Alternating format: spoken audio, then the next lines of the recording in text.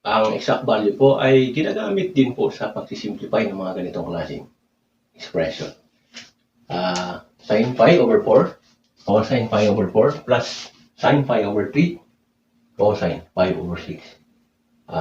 Lahat po ng angle nasa radian form. Therefore, unang gagawin natin, convert natin yung radian form na angle sa degree form. Una, yung pi over 4 times 180 over 5. Cancel to, lalabas ay 45 degrees. Yung isa naman ay pi over 6, pi over 3 muna, times 180 over 5. Lalabas ay 60 degrees. Ikaslo yung pi over 6 times 180 over 5. Lalabas po ay 30 degrees. So, therefore, magiging sine 45 degrees, cosine of 45 degrees, plus sine of 60 degrees, and cosine of 30 degrees. Para makita kaagad natin, especially sa mga nagsisimula pa lamang, maganda na ma-i-draw natin yung right triangle. Yung na-involve yung mga angles na to. Una yung sa 45 degrees. This is 45 degrees. This is 45 degrees. This is 90 degrees. Nanggaling po to sa right isosceles triangle. Kung ito po ay 1, kasi kung 45 siya, 45, therefore lalabas yung ratio of the side, 1:1 din.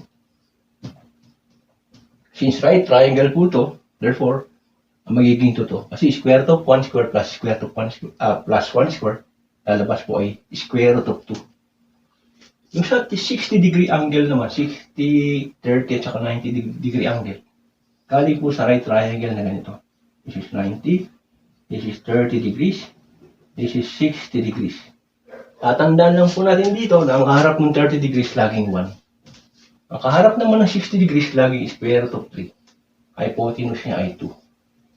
So, kung kukunin natin yung sine of 45 degrees, alam natin na ang sine opposite side over hypotenuse, therefore 1 over square root of 2. Yung cosine of 45 degrees, ganun din naman eh.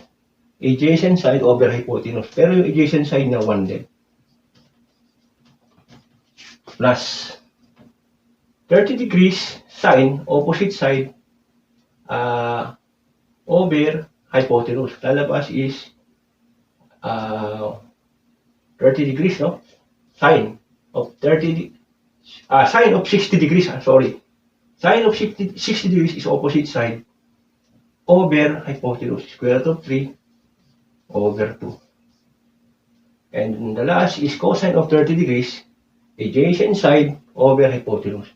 Ito yung 30 degrees. Ang adjacent side niya is square root of 2 din. Over hypotenuse is 2. So, parehas na parehas.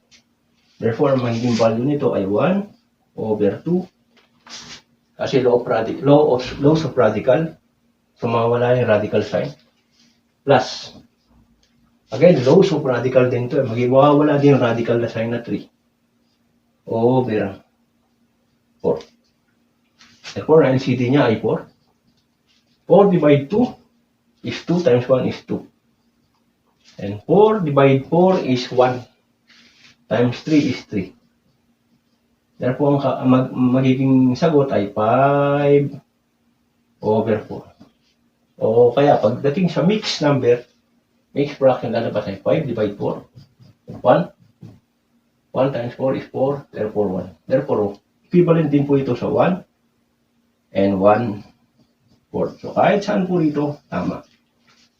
So, this is our last example. Ito po yung example natin. Sana kahit pa paano, meron naman pong matuto. Mayroon lang matuto na isa, dalawa, o tatlo. Magiging masaya na po ako. Salamat po at God bless po sa lahat.